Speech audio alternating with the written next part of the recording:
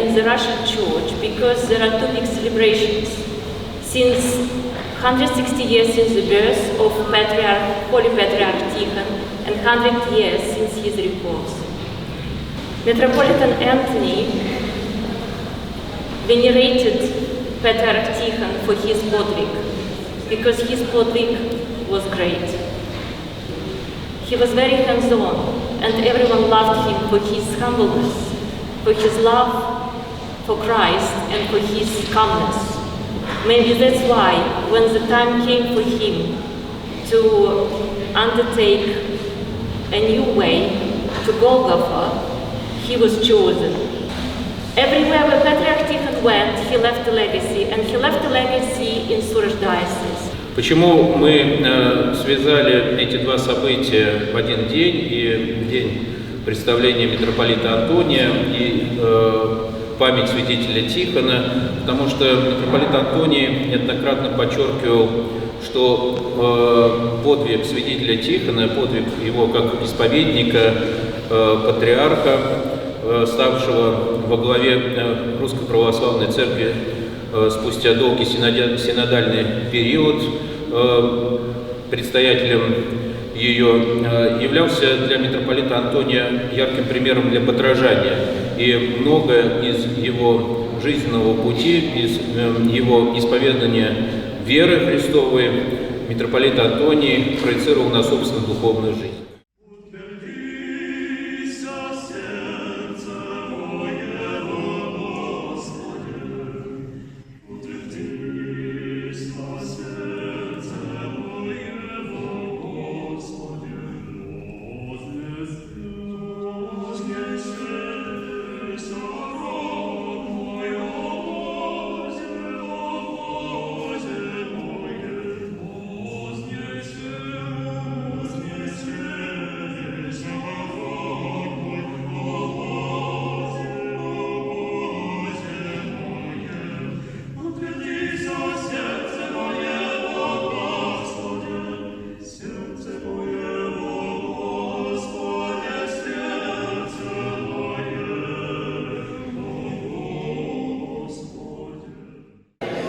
Сегодня мы с вами на выставке, посвященной святейшему патриарху Тихону. И я хотел бы поделиться некоторыми воспоминаниями, связанными с патриархом. Еще будучи мирянином, мне было важно понять и узнать о подвиге царской семьи. И поэтому я читал книги, посвященные тому времени после революции. Это было очень тяжелое время. Очень сложное. И удивительно было увидеть и подвиг самих царских мучеников, их смелость, их желание быть с Россией до самого конца, их какое-то внутреннее спокойствие.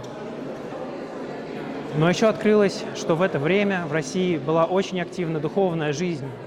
И связано это было с собором, Всероссийским собором, который до этого долго не проводился.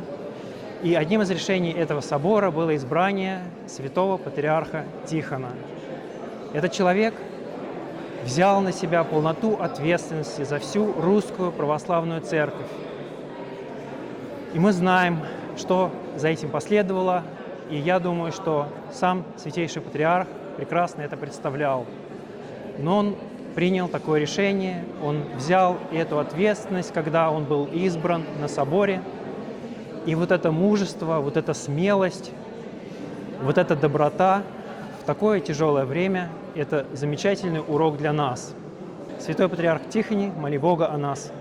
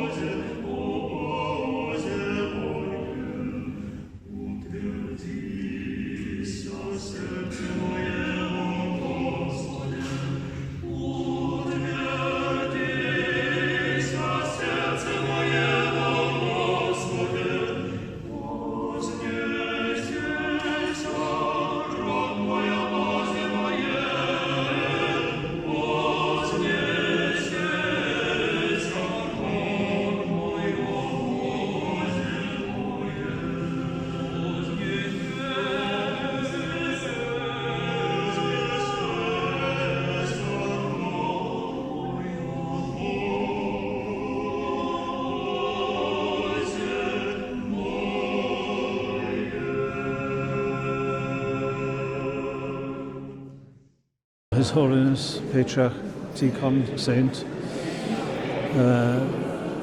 lived at this cusp in history, and it required extraordinary wisdom, discernment, insight, and courage.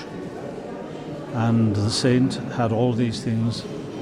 He was very brave, and he faced problems not only from Soviet state, but also from the, as somebody has described it, the anti-church, the so-called living church, this horrible schism that developed at that time. And so we need to know more about those times. We need to know of the trials that the saint himself went through, and thousands of others, and that their faithfulness, their loyalty, their fearlessness has made possible the subsequent life of the Russian Church up to this present day, including the life of our very vibrant diocese. We've been praying for repose of the soul of Metropolitan Antony of Suroj of blessed memory.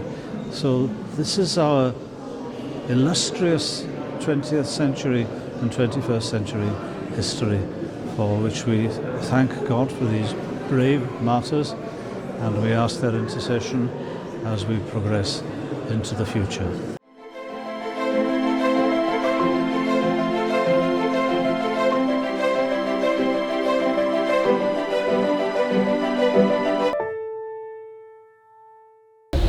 So there is one incident that I remember very clearly.